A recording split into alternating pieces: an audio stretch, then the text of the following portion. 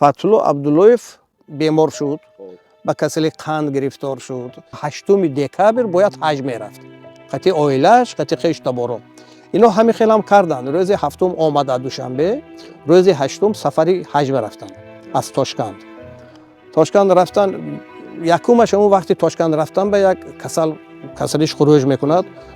Вай ба сӯзандору мезанад, нағз мекунад. Баъд Мадина ба мепаранд, Ҷидда ба мепаранд, ҳамунҷа аз самолёт мефуроду боз касал мешавад. Касалиш ҷидди вай хуруҷ мекунад. Баъд беморхонаи шаҳри Мадинаи ҳамун Арабистон мебаранд, тавобат мекунанд.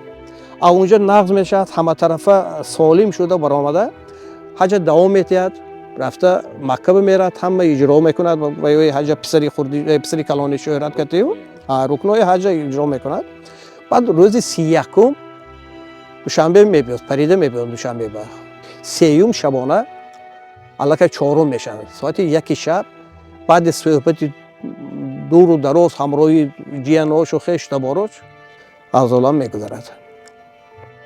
Рӯзи 4 соати 1 намози ҷанозаи Фатҳулло Абдуллоев дар масҷиди имоми аъзами шаҳри Душанбе шуд. Аз онҷо ман ҳам дар онҷо будам.